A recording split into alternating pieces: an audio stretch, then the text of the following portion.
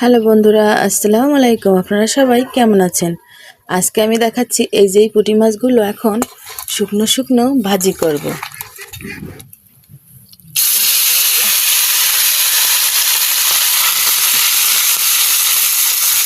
একদম মচমচে করে ভাজি করব। গরম ভাতের সাথে গরম গরম খেতে অনেক মজা হবে। পুঁটি মাছ ভাজি হচ্ছে, একদম ঝমঝম শব্দ হচ্ছে।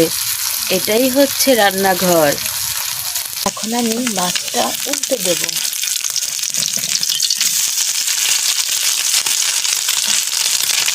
দেখছেন কত সুন্দর একটা কালার আসছে, মচমচে ভাজা হবে। ভাজার কালারটা কত সুন্দর এসেছে না? এখন আমি এটাকে উঠিয়ে নেব। উঠিয়ে নিচ্ছি।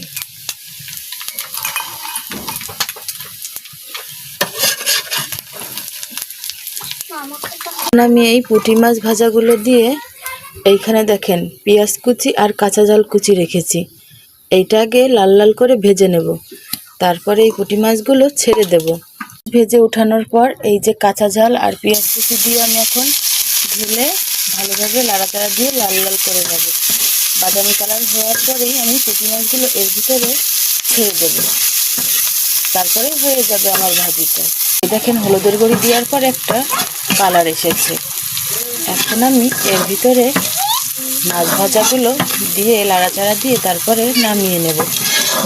কার কার কাছে পছন্দ হয়েছে অবশ্যই কমেন্টে আমাকে জানাবেন। এই যে এখন আমি এই মাছ ভাজাগুলো দিয়ে নিচ্ছি।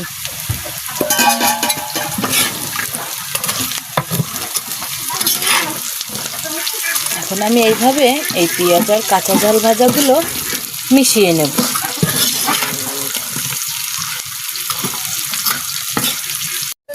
এই যে আমার পুঁটি মাছ আমি নামিয়ে নিয়েছি, হয়ে গেছে। আল্লাহ হাফেজ।